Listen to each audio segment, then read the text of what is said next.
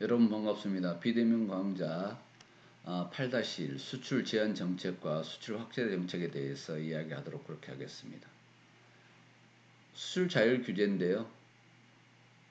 수출국이 스스로 특정 상품의 수출을 과도하게 이루어지지 않도록 조절하는 것을 수출 자율 규제라 합니다. 대다수 수출국과 교섭에 의해서 수입국의 요청으로 수출입과 교섭에 의해서 어떤 상품을 규제하는 무역상의 제한 조치다 이렇게 생각하면 되겠습니다. 일본의 대미 자동차 수출 자율 규제죠. 일본 자동차가 유럽 자동차에 비해서 동급 대비 값이 저렴하고 고장이 잘 안 나는 것으로 유명해져서 미국인들한테 엄청난 인기를 끌었었습니다. 미국은 위협적인 요소로 생각하고 자국의 자동차 산업에 문제가 생길까봐 자율 규제 조치를 제한을 합니다. 이렇게 해서 가트에서 이게 취지에 어긋난데 미국은 강하게 이 내용을 진행을 하죠. 왜냐하면 미국은 늘 그랬습니다.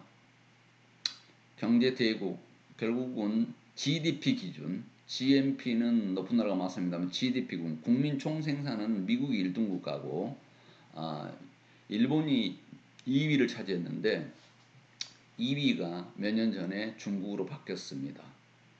그래서 지금은 중국을 미국이 견제하고 있는데 그때 시기에는 일본을 견제했던 것입니다. 도요타 자동차가 워낙 잘 팔리니까 이 부분에 대해서 굉장히 경계심을 냈던 것이 미국의 입장이었습니다. 수출 자율 규제하면은 아무래도 이제 거기 수요가 있는 것에 비해서 값을 더 비싸게 받을 수 있겠죠.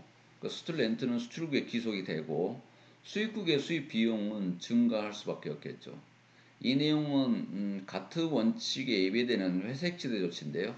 회색지대 조치가 어떤 거냐면 가트 규제를 회피하기 위해서 가트 규정이 없는 조치를 원용해서 세이프가드와 동일한 목적을 달성하는 것을 이야기하는데요. 이런 내용들이 가트에서 계속 막고 있었는데도 불구하고 진행이 됐던 내용들입니다. 수입 제한 조치 가트의 자유무역 원칙에 배치되는 것이지만 가트의 의무로 도피하도록 허용했다. 그리고 자국 산업을 보호하기 위한 방법으로 회색 지대 조치가 이용됐다는 것이죠. WTO 세이프가드 협정인데요. 수출 자율 규제 및 시장 질서 유지 협정 등의 금지와 철폐 내용으로 됐던 내용입니다. 세이프가드라는 뜻은 뭔가 하면 특정 품목이 수입이 급증해서 국내 업체에 심각한 피해 발생 우려가 있을 경우 수입국이 관세 인상이나 수입량 제한 등을 통해서 수입품에 대한 규제를 할 수 있는 무역 장벽의 하나인데요. 미국 입장에서는 일본 자동차가 두려웠던 거죠. 그래서 수출 자율 규제 내용으로 제재를 가했습니다. 원래는 지금 세이프가드와 비슷한 내용이 있는데 지금 이 내용을 가트에서도 WTO에서도 지금 하지 말자 이 내용으로 자꾸 제안을 지금 하고 있는 내용입니다. 조금 전에 이야기했던 건 수출 자율 규제고요. 수출 확대 정책입니다. 수출 확대의 정책에는요. 수출 보조금이 있습니다. 원래는 이것도 지금 WTO에서도 수출 보조금을 주지 말자 이렇게 규제 대상입니다.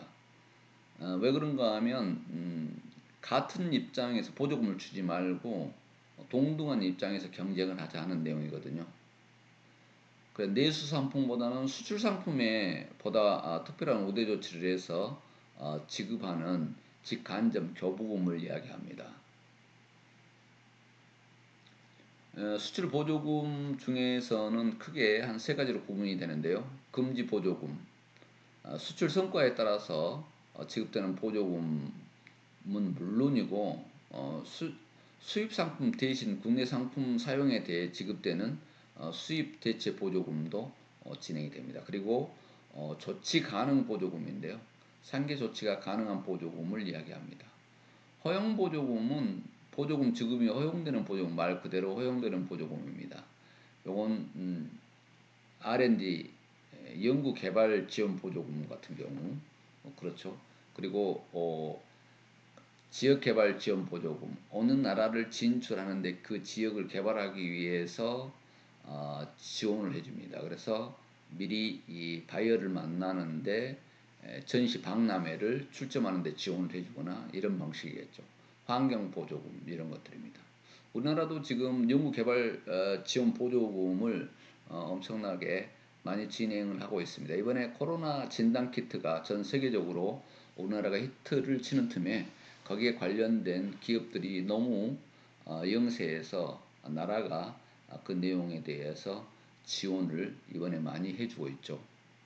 국고 보조를 받아서 지금 진단키트, 백신 개발, 치료제 개발, 이게 지금 치료제라든가 지금 백신이 개발됐을 때는 어마어마한 매출을 이룰 수 있기 때문에 이런 것들은 정부가 또 지원을 해주기도 합니다.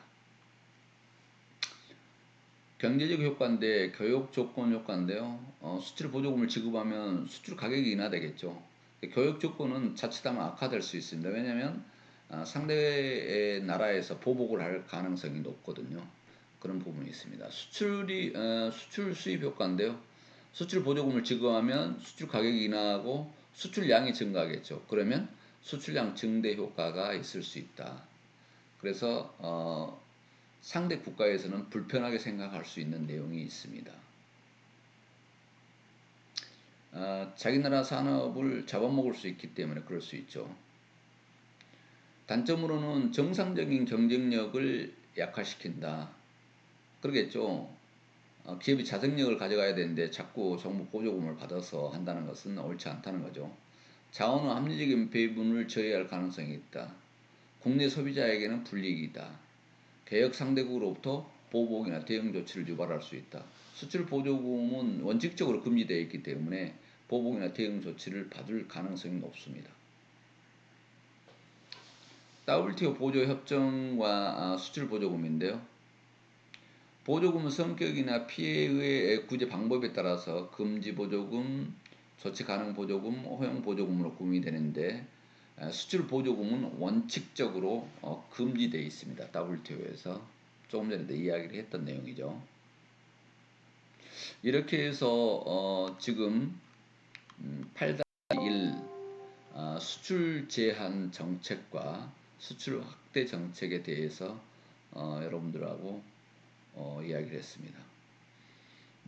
비대면 강좌 듣느라고 수고 많으셨습니다. 이번 주가 마지막이니까요. 앞으로 8-2, 8-3 두 번 강좌만 들으면 여러분 이제 대면 강좌에서 여러분을 볼 수 있겠습니다.